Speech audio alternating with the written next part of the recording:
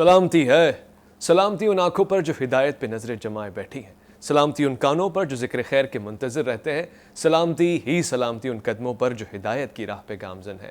السلام علیکم ورحمۃ اللہ وبرکاتہ۔ آپ دیکھ رہے ہیں الف لام میم۔ تمام تعریفیں خدائے بزرگ و برتر کے لیے جو وحدہ لا شریک ہے، نہ کوئی ثانی ہے نہ کوئی ہمسر ہے۔ درود لا محدود محبوب رب الودود، راحت العاشقین مراد المشتاقین حضرت محمد مصطفیٰ، آپ کی آل پاک، آپ کے جانثار انصار اور اصحاب پر جان من۔ میں محمد اویس ربانی تہہ دل سے آپ کو خوش آمدید کہتا ہوں، اور ساتھ ساتھ یہ توقع لگائے بیٹھا ہوں کہ آج آپ دوڑیں گے، آج آپ بیٹھیں گے نہیں، آج آپ تصور میں دوڑیں گے، آج آپ کی ایمان کی حرارت بالکل اس پوزیشن میں ہوگی جس کو دوڑنا کہتے ہیں، کیونکہ آج قرآن کہہ رہا ہے بسم اللہ الرحمن الرحیم وسارعوا الی مغفرۃ من ربکم وجنۃ عرضها السماوات والارض اعدت للمتقین۔ دوڑو اس جنت کی طرف جو اللہ نے تیار کی ہے متقی لوگوں کے لیے۔ اور پھر اگر بالکل وضاحت کے ساتھ دیکھا جائے تو دوڑو، دوڑنے کا حکم آیا ہے، تو پھر آج توجہ کو دوڑائیں گے، بھگائیں گے اور وہاں تک پہنچائیں گے جہاں تک قرآن چاہتا ہے۔ اس سلسلے میں گفتگو کرنے کے لیے ہمارے ساتھ تشریف فرمائے انتہائی معزز حجت الاسلام والمسلمین علامہ سید شہنشاہ حسین نقوی۔ السلام علیکم ورحمۃ اللہ۔ السلام ورحمۃ اللہ، کیسے ہیں آپ؟ الحمدللہ۔ پچھلے ہفتے کی گفتگو ہم نے چھیڑی، خطبے میں ہم آئے متقین کی صفات 110، پوچھنے والا انتہائی طالب غم اور فکر کی سچویشن میں ہے اور بتانے والا بتا نہیں رہا۔ بسم اللہ الرحمن الرحیم۔ میں آپ کا شکریہ ادا کروں گا، آپ کے رسانے کا، اور ان دوستوں کا جو ہمارے ساتھ بیٹھے ہوئے نظر نہیں آتے، سامعین کو، ناظرین کو، بلکہ ان کا کام ہم سے زیادہ ہی ہوتا ہے۔ وہ ماہرانہ انداز سے ہمیں محفوظ کر رہے ہوتے ہیں ہماری گفتگو کو، اور ریکارڈ بنا رہے ہوتے ہیں، اور کچھ اور دوست ہیں کہ جو اس سے بھی پیچھے بیٹھے کام کر رہے ہوتے ہیں۔ میں ان سب کے لیے بھی دعا گو ہوں، اور پھر آپ کے اس رسانے کے جو کہہ لیجئے کہ ذمہ دار ہیں، لفظ مالکان تو ایک اصطلاحی طور پہ بولا جاتا ہے جو بہت اچھا لفظ نہیں ہے، انہیں بھی نہیں بولنا چاہیے، لیکن مجموعی طور پہ جو ذمہ داران ہیں ان کے لیے دعا گو ہوں کہ دیکھیں رسانوں کا، ٹی وی چینلز کا ایک بڑا مقصد شاید یقیناً یہی ہے کہ معاشرے میں ایک پیغام عشتی، پیغام امن، اصلاح سماج، اصلاح ذات، اصلاح تدبیر منزل جو ہم نے گزشتہ یا اس سے گزشتہ گفتگو تھوڑی سی اس حوالے سے ہوئی، وہ معاشرے کو دی جائے، اور اس کا ایک بڑا مقصد جو ہے وہ مجھے، میرے عزیز جو ہمارے تبلیغی جماعت کے دوست ہیں ان سے ایک زاویے سے بہت مجھے پیار ہے۔ وہ اچھی بات پہنچانے کے لیے در در جاتے ہیں، گھر گھر جاتے ہیں، گلی کوچوں میں جاتے ہیں، اور پیغام پہنچا رہے ہوتے ہیں کہ، اور اچھائی کا پیغام۔ اچھا، وہ یہ نہیں دیکھتے کہ یہ سامنے دروازہ جو کھول کے کھڑا ہے وہ شیعہ ہے، سنی ہے، ہندو ہے، مسلم ہے، عیسائی ہے، یہودی ہے، کون ہے۔ اگر معلوم ہو جاتا ہے کہ یہ فرض کیجئے غیر مسلم ہے تو اسے سچ بولنا چاہیے، جھوٹ نہیں بولنا چاہیے، غیبت نہیں کرنی چاہیے، وہ اخلاقیات کی بات ہے۔ تو ہمارا جو رسانوں کا مقصد، یہی ہمارے بریلوی حضرات کے جو علماء مبلغین ہیں، یہی ہمارے اہل حدیث علماء جو اصلاح معاشرہ کے لیے بہترین خطابات، اسی طرح شیعہ علماء و ذاکرین جس انداز سے منفی لوگوں کو ہم ذہن میں رکھ کر، بگاڑ پھیلانے والوں کو ذہن میں رکھ کر اگر اپنا خون جلاتے رہیں گے تو حاصل نہیں ہے۔ ہمیں ان مثبت لوگوں کو دیکھنا ہوگا جو معاشرے کی خدمت انجام دیں۔ تو اس رسانے کا بھی، آپ کے اس رسانے کا جو کردار ہے وہ خاص طور پہ گزشتہ 2 پروگراموں کے بعد تو اور احساس بڑھا کہ آپ کے جو اور پروگرام ہیں، آپ کا یہ جو پروگرام نشریہ ہے، یہ معاشرے کے لیے کتنا ضروری ہے۔ گزشتہ نشست میں ہم نے خطبہ حضرت علی علیہ السلام کا شروع کیا، اور اس کے ابتدائی 2 سطروں کو پڑھا تھا اور اس پہ تھوڑا سا غور کیا تھا، جس کے لیے ہے کہ من خطبۃ لہ علیہ السلام، آغاز یہاں سے خطبے کا ہے۔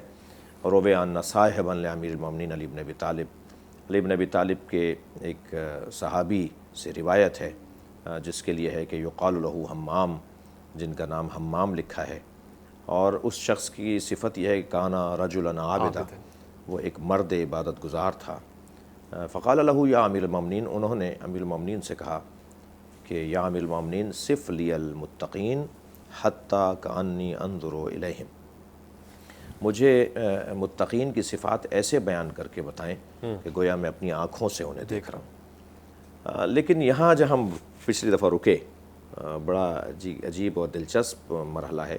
فتثاقل علیہ السلام عن جوابہ، حضرت نے جواب دینے سے گریز رکھا، یعنی حضرت نے ایسا اظہار کیا. اچھا اب کچھ چیزیں ہیں جو الفاظ میں بیان نہیں ہو سکتی، جو کیفیات ہوا کرتی ہیں. لفظ یہ سمجھا رہا ہے کہ حضرت جواب نہیں دینا چاہ رہے. اب سوال یہ ہے کہ سوال کرنے والا سوال کر رہا ہے اور اس سے سوال کر رہا ہے جس نے یہ دعویٰ کیا ہے کہ سلونی قبل ان تفقدونی انی اعلم طرق السماء من طرق الارض. حق، سبحان اللہ سبحان اللہ. پوچھو اس سے پہلے. اب یہاں ترجمے میں میں آپ سے اجازت چاہوں گا اور اپنے اہل علم سے اور اپنے اساتذہ سے اور بزرگوں سے اجازت چاہوں گا کہ وہ مجھے معاف فرمائیں. معمولاً بعض آیات اور بعض احادیث کا ترجمہ ہمارے ہاں اس عربی کی وسعت کو مد نظر رکھتے ہوئے نہیں کیا جاتا، اس عربی کے لغوی معنی کو مد نظر رکھتے ہوئے نہیں کیا جاتا. مثلا لفظ عین جو ہے وہ آنکھ کے معنی میں بھی ہے، چشمے کے معنی میں بھی ہے. صحیح. تو آگے پیچھے کے جملے اس کے کا تعین کریں گے کہ یہاں آنکھ کے معنی میں ہے یا یہاں مثلا چشمے کے معنی میں ہے. مثال ہے. صحیح. اسی طرح قرآن کی کچھ آیات ہیں جن میں مثلا ایک حدیث بہت معروف ہے، مولا نبی مکرم کا فرمان ہے فضائل کے باب میں، فضائل حسنین علیہم السلام کے بارے میں، کہ نبی نے فرمایا ان الحسن والحسین سیدا شباب اہل الجنہ. ترجمہ معمولاً کیا جاتا ہے کہ حسن و حسین جوانان جنت کے سردار ہیں.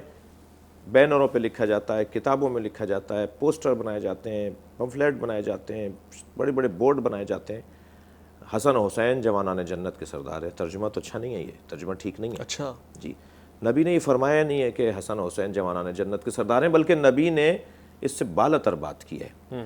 ان الحسن والحسین سیدہ شباب اہل الجنہ. حسن و حسین جوانان اہل جنت کے سردار ہیں، اور اہل جنت ہونے کے لیے مرنا ضروری نہیں ہے. اللہ اکبر. مر جاؤ جنتی ہو جاؤ تو پھر ایک سردار ملیں گے تمہیں، نہیں. اہل جنت دنیا میں اہل جنت ہوتے ہیں تب انہیں وہاں جنت ملتی ہے. کیا بات، اہل ہو جاتے ہیں. اہل یہاں ہوتے ہیں نا، اللہ سبحان. اسی زندگی میں اہل ہوں گے تو انہیں مرنے کے بعد جنت ملے گی. تو حسنین اہل جنت کے سردار ہیں، یعنی حسنین کو مرنے کے بعد والوں کے لیے سردار نہیں بنایا ہے، کیا بات ہے. حسنین کو زندہ رہنے والوں کے لیے سردار بنایا ہے. اب مثلا یہ ایک سامنے کی ایک ایسے ہی ہے حضرت کا یہ فرمان سلونی قبل ان تفقدونی. پوچھو اس سے پہلے. ترجمہ ہوتا ہے میں تمہارے درمیان سے چلا جاؤں، میں مثلا دنیا سے اٹھ جاؤں، میری رحلت ہو جائے، پوچھ لو میں کہیں دنیا سے نہ چلا جاؤں. یہ ترجمہ ٹھیک ہے، مگر اس کا ایک اور ترجمہ بھی تو ہو سکتا ہے، اور وہ یہ ہے کہ سلونی قبل ان تفقدونی. پوچھو اس سے پہلے کہ تم مر جاؤ، تم مجھ سے فاقد ہو جاؤ. میں تم سے فاقد ہوں گا یہ بھی ٹھیک ہے، مگر اس کا یہ ترجمہ ہے تم مجھ سے فاقد ہو جاؤ، تمہاری مہلت چھن جائے، تمہاری مہلت چھن جائے، تم گم ہو جاؤ، تم مر جاؤ، تم چلے جاؤ. پوچھ لو اس سے پہلے. ایک بہت بڑی شخصیت ارسطو، ان کے آخری وقت میں ان کے سرحانے ایک فقیہ پہنچے اور ان کی عیادت کی، تو انہوں نے خواتین کے ماہانہ مسائل میں سے ایک مسئلہ پوچھا. اچھا. تو انہوں نے مسئلہ تو بتا دیا کہ یہ جواب ہے اس کا، مگر تعجب سے کہا کہ ارسطو تم ضعیف العمر، تم مثال مرد قریب المرگ، سوال تمہارا ہے خواتین سے متعلق جن سے تمہارا کوئی تعلق ہی نہیں، یعنی اس مسئلے سے تمہارا تعلق نہیں ہے. تو مسکرائے اور کہا کہ جاہل مروں بہتر ہے یا عالم مروں بہتر ہے. سبحان اللہ. تو پہلی بات تو یہ کہ علم حاصل کرنے کے لیے سوال ہونا چاہیے. سل تفقہن، پوچھو سمجھنے کے لیے، آزمانے کے لیے نہ پوچھو. ہمیں اس عنوان پہ ایک علیحدہ گفتگو کی ضرورت ہے کہ ہمارے معاشرے میں، ہمارے سماج میں، ہمارے ارد گرد کے ماحول میں ایک ٹولہ گھوم رہا ہے ہر مسلک مکتب کے اندر. صحیح ہے. ایک ذہنیت ہے، ٹولے سے مراد 5 آدمی وہی مخصوص نہیں ہے، ایک ذہنیت کا شکار کچھ، میرے خیال سے میرے تعبیر میں کچھ ذہنی بیماروں کا ایک تعداد ہوتی ہے ہر جگہ، جن کا کام یہ ہوتا ہے کہ وہ لوگوں سے پوچھیں انہیں شرمندہ کرنے کے لیے، کسی سے بات کریں انہیں ہرانے کے لیے، انہیں مثال کے طور پر گرانے کے لیے، ان کو ذلیل کرنے کے لیے، انہیں شرمندہ کرنے کے لیے. تو پہلے تو میں اپنے طالب علم دوستوں سے کہوں گا، بچوں سے کہوں گا، اپنی مملکت کے اور جہاں جہاں پوری دنیا میں اردو سمجھنے والے ہمیں سن رہے ہیں، کہ آپ یہ اپنی گرہ سے باندھ لیں کہ آپ کسی عالم سے، کسی استاد سے، کسی اپنے دوست سے، حتیٰ جو نند اور بھاوجوں کے مسائل ہیں، جٹھانی دیورانیوں میں مسائل ہیں، ساس بہوؤں میں مسائل ہیں، اس میں بھی یہ عادت اچھی نہیں ہے کہ تم اس کو شرمندہ کرنے کے لیے اس سے بات کر رہے ہو، تم اس سے پوچھ ہی سے لے رہے ہو کہ وہ مثال ماحول خراب ہو جائے، اس کی مذمت ہونے لگے۔ تو فرمان یہ ہے کہ پوچھو سمجھنے کے لیے۔ دوسری بات یہ کہ جس سے پوچھا جا رہا ہے وہ بھی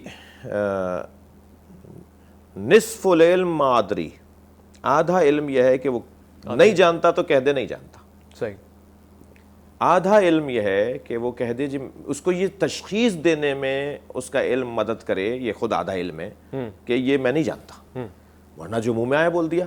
جاہل جو جانتا ہو کہ میں جاہل ہوں، جاہل جو جانتا ہو کہ میں جاہل ہوں وہ آدھا عالم ہے، صحیح، ٹھیک ہے، اس لیے کہ وہ جانتا ہے کہ میں نہیں جانتا، لیکن جو جانتا ہی نہیں ہے کہ میں نہیں جانتا وہ جہل مطلق کا شکار ہے، حق ہے، وہ جانتا ہی نہیں ہے کہ میں نہیں جانتا، حق ہے، اور وہ پھر بول رہا ہوتا ہے اور وہ بات کر رہا ہوتا ہے، اور نہ صرف وہ خود کو شرمندہ کرتا ہے، اور اگر کسی حادثات اور سن و سال اور پیسے اور شہرت اور پارٹی اور گروپنگ کی وجہ سے وہ بڑا بنا دیا گیا ہے معاشرے میں۔ میں نے جلدی کچھ حالات بتا دیے ہیں آپ کو، صحیح ہے، ایسا ہی کہ ایک تعداد ہے ہمارے معاشرے میں جنہیں عمر نے بڑا بنا دیا، صحیح، سن و سال نے بڑا بنا دیا، بڑے ہیں بھائی، بڑے ہیں، پیر صاحب ہیں، مرشد ہیں ہمارے، بڑے ہیں ہمارے عالم ہیں، ہمارے مجتہد ہیں، ہمارے مفتی ہیں، ہمارے بڑے ہیں، ہمارے سردار ہیں، یہ اصطلاحیں بولی جاتی ہیں۔ یہ منصب نے بڑا بنا دیا، یا منصب نے، ان کے بھائی ابا ایسے تھے، دادا ایسے تھے، تو یہ اسی کرسی پہ آ کے بیٹھ گئے، صحیح، پگ باندھ دی گئی ان کو، صحیح، صحیح، یا انہیں کرسی نے بڑا بنا دیا، یا انہیں شہرت نے، رب شہرت لا اصل لها۔ شیخ انصاری رحمۃ اللہ علیہ مقاصد میں فرماتے ہیں کہ کتنی ہی شہرتیں ہیں جن کی کوئی بنیاد ہی نہیں ہے، بے بنیاد مشہور لوگ مگر مشہور ہیں۔ آج کل تو دیکھا جا رہا کیٹو کا پہاڑ سے زیادہ کوئی مشہور ہوگا تو کہہ دیں کہ وہ محترم ہے۔ صحیح، تو مشہور ہونا بہت سے لوگوں کو معتبر بنا دیتا ہے، معاشرہ ان کا شہرت کی بنیاد پر صحیح، ان کا خیال کر رہا ہوتا ہے۔ صحیح، صحیح۔ میں آپ کی اجازت ہو تو ایک مختصر سے وقفہ لے لوں، بہتر ہے، کیونکہ تشنگی بڑھتی جا رہی ہے اور اب آغاز ہم کرنا چاہتے ہیں، ان صفات کی طرف جانا چاہتے ہیں، اور چونکہ علامہ صاحب کی گفتگو بالکل ایک بحر بیکراں کی مانند ہے، مگر علامہ اقبال نے فرمایا کہ سمندر سے ملے پیاسے کو شبنم، بخیلی ہے یہ رضا کی نہیں ہے، تو ہم بہت کچھ سمیٹ کے جائیں گے اور یقینی طور سے وہ ساری چیزیں ہمیں فائدہ دیں گی بہت دیر تک۔ مختصر سے وقفہ ہے، لوٹ کر آئیں گے، سوالات بھی رکھیں گے، الف لام میم میں آپ کا انتظار رہے گا۔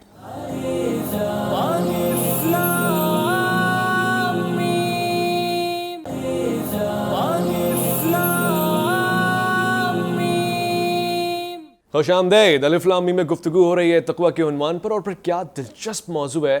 میں یہ یقین سے کہہ سکتا ہوں کہ آپ بالکل ٹکٹکی باندھ کر توجہات کو انتہائی مرکوز رکھتے ہوئے تحمل کے ساتھ سن رہے ہیں، اور پھر اس سے بھی اچھی بات یہ کہ اگر آپ کے پاس کاغذ قلم ہے تو تیار ہو جائیں، کیونکہ اب ہم ان صفات کا ذکر کرنے والے ہیں جو مولا متقیان نے بیان فرمائی ہیں اپنے اصحاب کو، اور بالکل اس انداز سے کہ جیسے کہ انہیں دیکھا جا رہا ہے۔ علامہ صاحب وہ کیا صفات ہیں؟ میں تو ابھی اور آپ کو اپنے آپ کو بھی تشنگی بڑھاؤں گا، ابھی جلدی نہیں شروع کر سکوں گا، تھوڑا سا ہم پچھلی گفتگو سے مربوط کر لیں کہ ایک سوال کیا ہے نا انہوں نے کہ حضرت حمام ابن عبادہ یا حضرت حمام ابن شریح، حمام نامی ایک مولا کے صحابی نے ان سے حضرت سے پوچھا ہے کہ مجھے متقین کی صفات بیان فرمائے، اور حضرت جواب نہیں دے رہے۔ اب سوال ہے اور جواب نہیں مل رہا، اور جواب دیا پھر حضرت نے، وہ ابھی عرض کرتے ہیں ہم آپ سے اور آپ محترم سامعین سے کہ حضرت نے کیا جواب دیا۔ جواب ہے، پھر وہ جواب ہے، آج تک وہ سنہری اصول ہیں اور سونے کے قلم سے وہ لکھے جائیں اور ان کو سر پہ رکھا جائے اور انہیں تغرے بنا کر اپنے گھروں میں اور اپنے اداروں میں سجایا جائے، ایسے جملے ہیں، لیکن جواب کیوں نہیں دے رہے؟ مجھے ایک روایت یاد آ رہی ہے، حضرت قاسم ابن محمد ابن ابی بکر، حضرت ابو بکر کے فرزند حضرت محمد جنہیں حضرت علی علیہ السلام نے پالا، اور ان کے فرزند قاسم بہت بڑے فقیہ، ان سے کسی نے سوال کیا کہ یہ جو محمدی، صدیقی اور ابو بکری اور حمیدی اور حیدری خاندان ہیں ہمارے معاشرے میں، اچھا، ہمارے پاکستان میں اور انڈیا میں، جی بالکل، ان فیملیوں کے نام ہے، یہ حیدری لکھا جاتا ہے، اچھا، حمیدی لکھا جاتا ہے، محمدی لکھا جاتا ہے، صدیقی لکھا جاتا ہے، ابو بکری لکھا جاتا ہے، یہ حضرت قاسم کی اولاد ہیں۔ اچھا، جی ہاں، اور تو حضرت قاسم سے سوال کیا کسی نے، تو آپ نے فرمایا کہ ما ادری، مجھے نہیں پتا۔ تو اس نے کہا آپ اتنے بڑے فقیہ دورہ، ساری دنیا آپ سے پوچھنے آتی ہے اور آپ نے ایک دم کہہ دیا مجھے نہیں پتا۔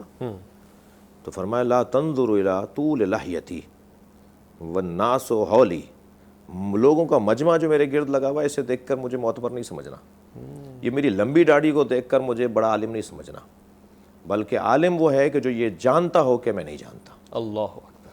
تو پہلی بات تو اپنے لیے میں یہ نصیحت کروں گا، اور کہ اگر نہیں پتا تو نہیں پتا۔ مجھے جس فقیہ نے میری دستار بندی کی تھی اور مجھے عمامہ پہنایا تھا اور دعا دی تھی، اس فقیہ نے میرا دل کر رہا ہے نام لے دوں ان کا، جی، اور میرے لیے اعزاز ہے، افتخار ہے، حضرت آیت اللہ العظمیٰ سید علی خامنائی حافظہ اللہ۔ ہم جو تو اس میں انہوں نے نصیحتیں ہمیں 3 کی تھی، ان میں سے 3 نصیحتوں میں جو نصیحتیں کی ان میں 3 نصیحتیں یہ تھیں کہ فرمایا کہ اگر نہیں جانتے ہو تو کہہ دو کہ نہیں جانتا، اچھا، اس لیے کہ تمہارے یہ کہنے سے تمہاری آبرو داؤ پہ لگے گی مگر اسلام کی آبرو بچ جائے گی، حق، سبحان اللہ، سبحان اللہ۔ اور تم اگر نہیں جانتے اور بتا دو گے تو تمہاری آبرو بچ جائے گی مگر اسلام کی آبرو پر سوال اٹھے گا۔ کیا بات ہے۔ دوسرا انہوں نے فرمایا کہ تقوی، خوف خدا، خشیت الہی، یہ خاصہ ہے علماء کا اور یہ تم میں ہونا چاہیے۔ اور تیسری نصیحت فرمائی کہ جتنا بھی پڑھ رہے ہو، جتنا تم نے سوچا ہے کہ میں مثلا یہاں تک پڑھوں گا حوزے میں، مدرسے میں، تو جتنا پڑھو اتنا قابل رہو اس پڑھائی میں کہ کسی کو پڑھا سکو، یعنی وقت کا زیان نہ ہو بلکہ پختہ اور مضبوطی کے ساتھ۔ تو میں عرض کر رہا تھا کہ سوالات کرنے کے بھی کچھ آداب ہیں صحیح، اور جواب دینے کے بھی کچھ آداب ہیں۔ جواب دینے کے آداب میں یہ والی گفتگو آئے گی کہ فتثاقل علیہ السلام عن جواب، حضرت نے جواب دینے سے گریز کیا۔ جواب دینے سے گریز کرنے کے 3 سبب بیان کیے ہیں اہل علم نے۔ وہ کیا ہے؟ سب سے پہلا، نا اہل، نا قابل اور جس کا ظرف نہ ہو، ظرف نہ رکھنے والا، کم ظرف، اب یہ لفظ تھوڑا سا اس کے سامنے بات جائے گی تو بات ضائع ہو سکتی ہے، صحیح، اور نہ صرف فائدہ نہیں ہوگا بلکہ ممکن ہے کہ اس کا کوئی نقصان بھی ہو جائے۔ یہ جو حضرت نے جواب نہیں دیا وہ گوش نامحرم مباش کہ صدائے سروش ترگوش تون، نامحرموں کے کان میں وہ بات نہیں ڈالو جو محرموں کے کان میں ڈالنے کی ہے۔ کیا بات ہے۔ تو بعض اوقات محفل، مجلس، جگہ، مجمع، موقع ایسا ہوتا ہے کہ جہاں ایسے افراد بھی بیٹھے ہوتے ہیں کہ جہاں آپ کو پتہ ہے کہ اس کا ری ایکشن منفی ہوگا، اس کا رد عمل منفی ہوگا، اس کا نقصان ہوگا۔ تو بعض اوقات جواب نہ دینے کا ایک سبب نامحرم کانوں کا ہے، محرم لوگ نہیں ہیں وہاں، صحیح، رازدار لوگ نہیں ہیں، اہل لوگ نہیں ہیں، یہ وجہ ہوتی ہے۔ ٹھیک۔ اور اس خطبے میں آپ دیکھیں گے، آگے ہم چلیں گے جب، تو یہ بھی ایک سبب تھا۔ اچھا، جی ہاں، ایک سبب تھا، کیونکہ جب حضرت کا خطبہ مکمل ہوتا ہے 110 صفتیں مولا بیان فرما لیتے ہیں۔ اچھا، حسن یہ ہے کہ علی کا عدد بھی 110 ہاں، اور صفات بھی یہاں متقین کی 110۔ سبحان اللہ، اگر ان 110 صفات پر کوئی پورا اترے تو وہ گویا علی والا ہے، گویا مولا کی تعلیمات پہ عمل کرنے والا ہے۔ سبحان اللہ، اس کے اختتام پہ معلوم ہوگا کہ ایک ایسا شخص بھی وہاں تھا، شاید اس سے زیادہ رہے ہوں، ایک نے جرت کر لی تھی بات کرنے کی، ایک نے تجری کی تھی، جرت نہیں کہتے اسے، یہ بہادری نہیں ہے، یہ بے ادبی ہے۔ اچھا، اللہ، نبی، علی، ائمہ اہل بیت، اولیاء الہی کے سامنے بے ادبی کرنا یہ جرت نہیں ہے، یہ بے ادبی ہے۔ تو جرت اور ہے، تجری اور ہے، تجری ہے یہ بے ادب لوگ ہیں، یہ حد سے بڑھنا ہے، حد سے بڑھنا ہے آپ لا تجری، جی۔ صحیح، تو یہاں وہ ایسا بھی شخص تھا، شاید ایک نے تجری کی اور باقی ڈر گئے اور احساس کر گئے اور احترام کر گئے، مگر کچھ مخالف وہاں پر بھی تھے، نامحرم وہاں بھی تھے۔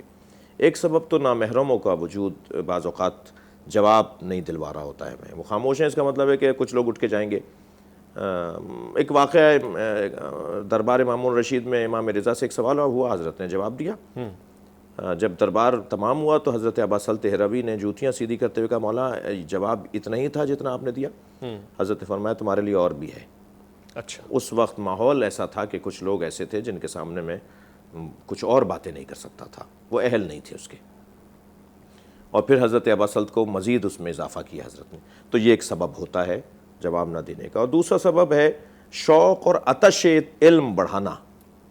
آپ اگر جواب نہیں دے رہے اور کہہ رہے ہیں کل بتاؤں گا، کچھ دیر میں بتاتا ہوں ذرا رکو، تو اس کا یہ مطلب نہیں ہے کہ عدم علم ہے، بلکہ اس کا مطلب یہ کہ ابھی اور اس میں شوق بڑھے اور ذوق بڑھے، اس کا دیکھوں کتنا اس کی طلب ہے، پیاس کتنی ہے۔ تو یہ جو اس کے لیے مجھے ایک شعر یاد آ رہا ہے کہ وعدہ وصل چوں شود، وعدہ وصل چوں شود نزدیک، آتش عشق شعلہ ور گردد۔ سبحان اللہ۔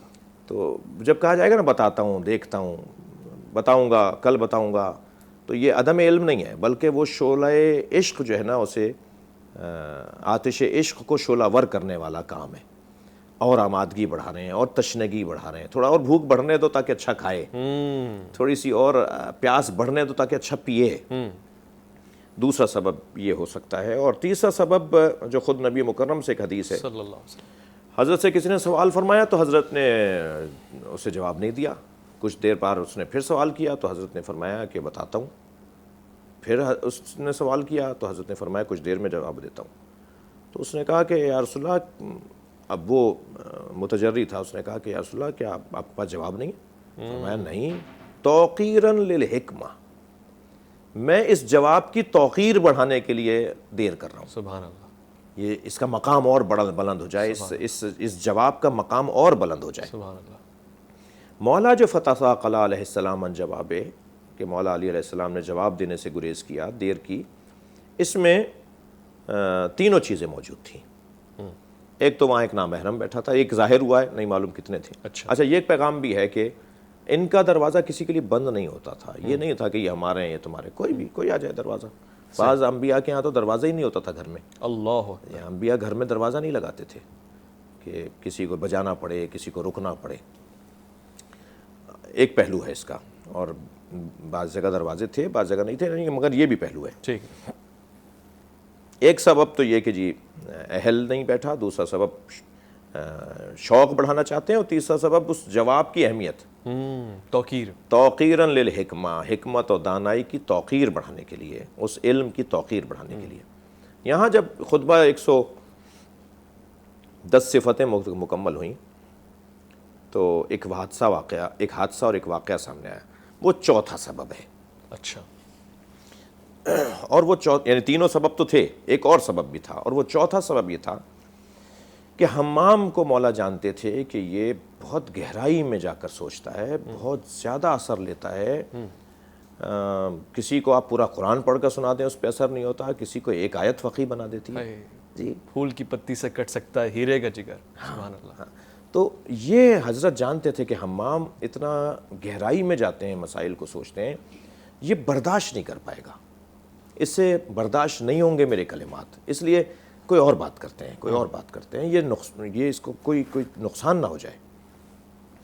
مگر جب ان کا اصرار بڑھا تو ثم قال یا حمام، جب انہوں نے کہا کہ مولا بتائیں، مولا متقی کسے کہتے ہیں، تو مولا نے ایک آیہ کریمہ کی تلاوت فرمائی، اے حمام اتق اللہ فإن اللہ مع الذین اتقوا والذین هم محسنون۔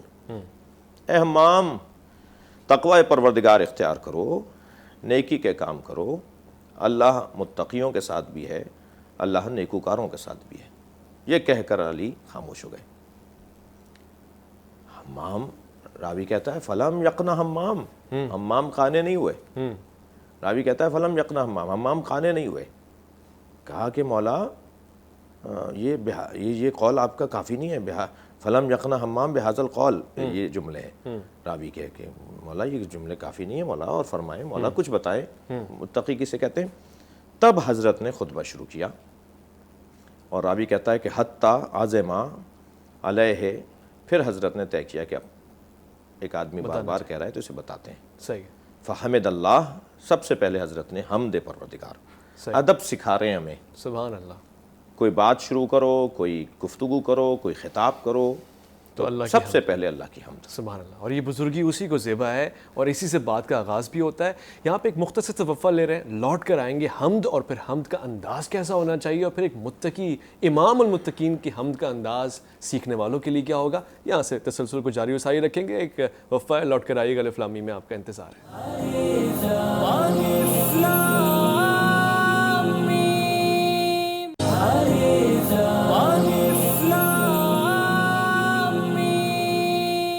خوش آمدید عزیزان من. 4 وجوہات تو ہمیں پتہ لگ گئی ہیں سوال کے بار بار پوچھنے کی، جواب نہ دینے کی، اور پھر تھوڑا سا ٹھہراؤ لانے کی، یا پھر یوں کہہ لیجیے کہ تشنگی بڑھانے کی، اہمیت اور توقیر بڑھانے کی.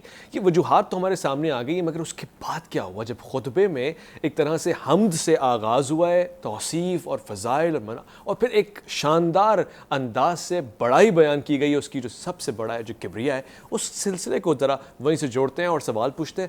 مولا علی، حضرت علی کرم اللہ وجہ نے حمد بیان کی، وہ کیا انداز تھا؟ مولا کی حمد بیان کرنے کا باب تو اتنا حسین ہے، بلکہ یوں لگتا ہے کہ حقیقت حال یہ ہے.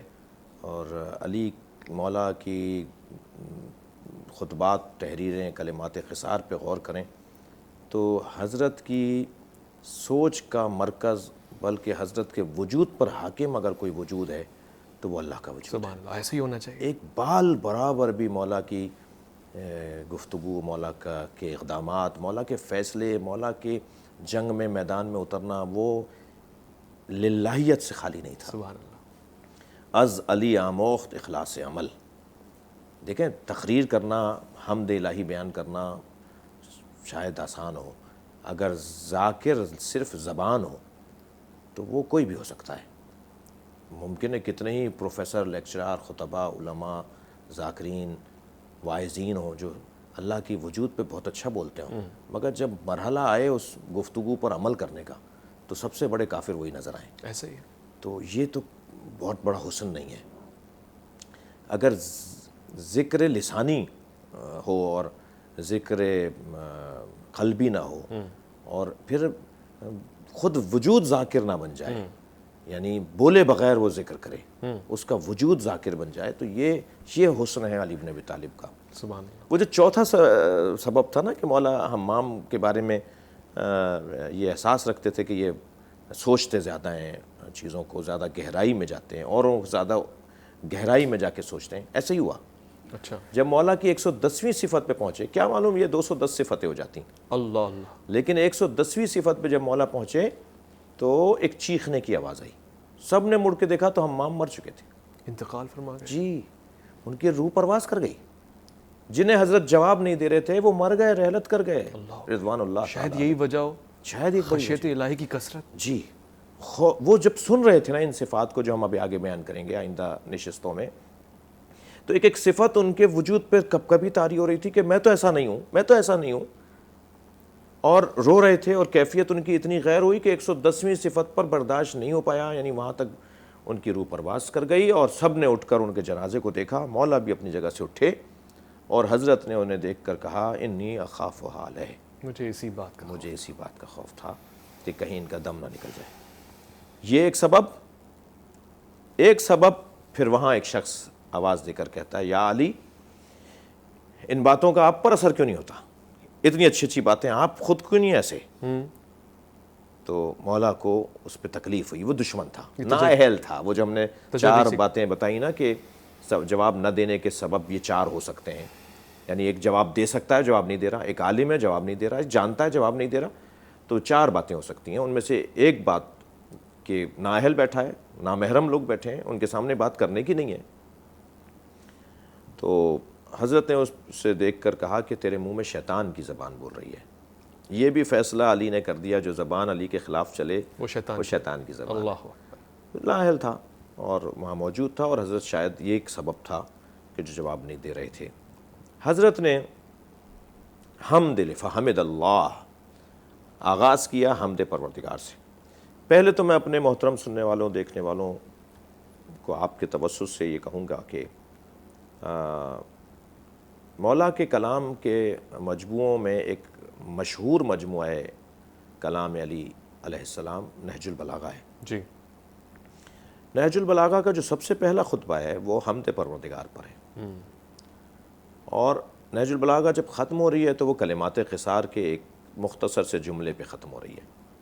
میری نصیحت ہوگی نہج البلاغہ پڑھنے والوں کو کہ نہج البلاغہ اول سے آخر نہیں پڑھو، آخر سے اول جائے. آخر سے اول پڑھو. اس کی وجہ یہ ہے کہ پہلا خطبہ انتہائی مشکل خطبہ ہے. فلسفے کی جدید فلسفہ، یونانی فلسفہ، ایرانی فلسفہ، ہندی فلسفہ اور جدید فلسفہ، ان سب کا مجموعہ ہے مولا علی کا وہ خطبہ۔ اللہ، یعنی دنیا کے فلاسفہ، دنیا کے، میں ایک جگہ گیا ایک ملک میں، وہاں ایک لائبریری میں درمیانی گزرگاہ والے ہال میں شیشے کے باکس میں کھلی ہوئی کتاب رکھی تھی۔ میں ربانی میاں میں یہ سمجھ رہا تھا کہ شاید اس لائبریری میں اس سے اونچی کتاب نہیں ہے، اس لیے اس کو علیحدہ رکھا ہوا ہے۔ پوچھا کہ یہ کتاب اس کا نام کیا ہے؟ کہا یہ نہج البلاغہ ہے، ہماری لائبریری میں اس سے اچھی کتاب نہیں ہے، یہ غیر مسلموں میں۔ اللہ، میں ایک ملک گیا، وہاں 200 طالب علم تھے جو پی ایچ ڈی کر رہے تھے مختلف علوم میں، اور ان میں مسلم غیر مسلم تھے، لیکن 50 طالب علم غیر مسلم تھے جو نہج البلاغہ میں ٹائم مینجمنٹ پہ، سیاسیات پر، معاشیات پر، حضرت علی کے دیے ہوئے نسخوں اور فارمولوں پر پی ایچ ڈی کر رہے تھے۔ سبحان اللہ۔ علم کسی کی ملکیت نہیں ہے، جو طالب علم ہوگا وہ لے لے گا۔ اب جب ہم یہ بات کرتے ہیں کہ مولا علی کے کلام کو غیر مسلم پڑھ رہا ہوتا ہے، اس پہ تحقیق کر رہا ہے، اس پہ ریسرچ کر رہا ہے، اس پہ اس کی جزیات میں جا رہا ہے، پھر اس کے اوپر تحقیقات عمل انجام دے رہا ہے، تو ہم خوش ہو رہے ہوتے ہیں کہ جی مولا کا کلام غیر پڑھ رہے ہیں۔ تو میں تو کہتا ہوں کہ یہ جہاں خوشی کی بات ہے وہاں افسوس کی بات بھی ہے کہ خود میں یعنی علی کے چاہنے والے مسلمان کتنا علی کو پڑھ رہے ہیں، صحیح، اور غیر کتنا علی سے استفادہ کر رہے ہیں۔ صحیح۔ تو مولا کا پہلا خطبہ کیونکہ مشکل ترین خطبہ ہے اور وہ حمد الہی پر مشتمل ہے۔ صحیح۔ ایک دفعہ حضرت اپنی جوتیوں میں بند لگا رہے ہیں، کیونکہ حضرت ابا بھی آپ کی پیوند اور رفو ہوتی تھی، اور جوتیاں بھی آپ حضرت خود پیوند لگاتے تھے، اس میں ٹانکا لگاتے تھے۔ تو حضرت تو دو لوگ برابر سے گزرے اور آپس میں یہ بات کر رہے تھے، اور ان کی توجہ ظاہراً نہیں تھی مولا پر کہ مولا تشریف فرمائے، اور آپس میں بات کر رہے تھے کہ خطاب کرنا، اور وہ بھی ایسا خطاب جس میں الف کا استعمال نہ ہو، یعنی پورا خطبہ ہو اور کوئی ایسا لفظ بولنے والا اتنے گرفت رکھتا ہو الفاظ پہ کہ جب وہ بول رہا ہو تو اس کی جہاں مطلب پر توجہ ہو وہاں لفظوں پر بھی توجہ ہو، کہ میں یہاں اپنی زبان پہ وہ لفظ نہیں لاؤں جس میں الف آ رہا ہے۔ یہ کیسے ممکن ہے؟ تو مولا مسکرایا، مولا نے فرمایا یہ علی کے لیے آسان ہے۔ اللہ اکبر۔ اور پھر حضرت نے 900 کچھ الفاظ پہ مشتمل خطبہ ارشاد فرمایا، اور اس میں الف نہیں ہے، اس الف نہیں ہے، وہ موجود ہے خطبہ۔ ایسے ایک دن ایک صاحب نے کہا کہ مولا بغیر نقطے کا خطاب آپ فرما سکتے ہیں؟ حضرت نے فرمایا میرے لیے آسان ہے۔ اللہ۔ تو آپ نے خطبہ ارشاد فرمایا، 1000 کچھ الفاظ ہیں اس خطبے میں جس میں نقطے والا لفظ کوئی نہیں ہے۔ اللہ۔ یعنی الفاظ پہ اتنی گرفت، سن کر آپ کو خوشی ہوگی ہمیں ناظرین کو کہ دونوں خطبے جو مشکل ترین خطبے تھے، بغیر الف والا خطبہ اور بغیر نقطے غیر منقوط خطبہ، دونوں خطبوں کا موضوع حمد پروردگار ہے۔ سبحان اللہ، سبحان اللہ، حمد الہی ہے، کیا خوب حمد۔ اللہ کی حمد مولا جس انداز سے کر رہے ہیں، مشکل ترین زاویے میں اور سانچے میں کر رہے ہیں، اور حمد پروردگار الحمدللہ الذی لا یدرکہ بعد الہمم ولا ینالہ غوث الفتن۔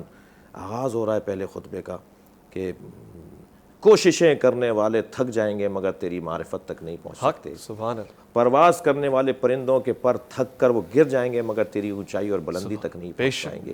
یہاں سے مولا اللہ کی حمد کا آغاز کر رہے ہیں۔ فحمد اللہ، اللہ کی حمد مولا کائنات نے بیان فرمائی۔ جی۔ اور حسین بات یہ ہے کہ حمد کے فوراً بعد وَأَثْنَا عَلَيْهِ وَصَلَّى عَلَى النَّبِي، مولا علی نے اللہ کی حمد اور اس کی ثنا کے بعد نبی مکرم پر درود و سلام بھیجا۔ صلی اللہ علیہ وسلم۔ پیغام علی یہ ہے کہ اللہ کے بعد اگر کسی کی بات ہونی ہے تو وہ محمد مصطفیٰ سبحان کی اللہ، بات۔ کیا خوبصورت گفتگو ہے یہاں پر، ٹھہرنے کا دل نہیں کر رہا، مگر چونکہ صلوات کے حوالے سے سوال آیا ہے تو میں چاہوں گا ایک اور نشست میں صحیح آپ مسلسل تواتر کے ساتھ، مستقل مزاجی کے ساتھ توجہات کو مرکوز کیے ہوئے علامہ سید شہنشاہ حسین نقوی صاحب کو دیکھ رہے ہیں الف لام میم پروگرام میں، جو 5:05 پہ شروع ہوتا ہے ہر شام پیر سے جمعے تک۔ مگر اس میں آپ کے سوال بھی لوں گا، اور یہاں پر ایک سوال خاص جڑتا ہے، جب صلوات کی بات آئی تو حمد کے فوراً بعد درود ہے، سلام ہے، مگر کیا یہ صلوات وہی ہے جس کو ہم سمجھتے ہیں؟ ہم اس پہ بات بھی کریں گے، تقویٰ کے ساتھ جوڑیں گے بھی، کیونکہ اللہ اور اس کے فرشتے آپ پر درود و سلام بھیج رہے ہیں، مگر سوال یہ ہے کہ اللہ کو تو ہم درخواست کرتے ہیں اور سلامتی اسی کی جانب سے ہے، تو پھر وہ کس کو سلام بھیج رہا ہے؟ ایک مختصر سا وقفہ سمجھیے گا، کیونکہ لوٹ کر آنے والے ہیں، اور اگلی نشست میں شکریہ کہتے ہوئے علامہ صاحب کا اجازت لوں گا اور لوٹ کر آؤں گا۔ الف لام میم کے عنوان میں تقویٰ پہ گفتگو ہوگی اور اس خطبے کی خصوصیت کو سمجھیں گے، کیونکہ ابھی 110 صفات ہیں آپ کی منتظر کہ آپ ان کو پڑھیں گے، توجہ کریں گے، اپنائیں گے اور پھر معاشرے میں پھیلائیں گے۔ اپنا خیال رکھیے گا، اپنے سے بڑھ کے خیال رکھیے گا ملک پاکستان کا، اللہ کے فرمان کا۔ اللہ کی امان میں۔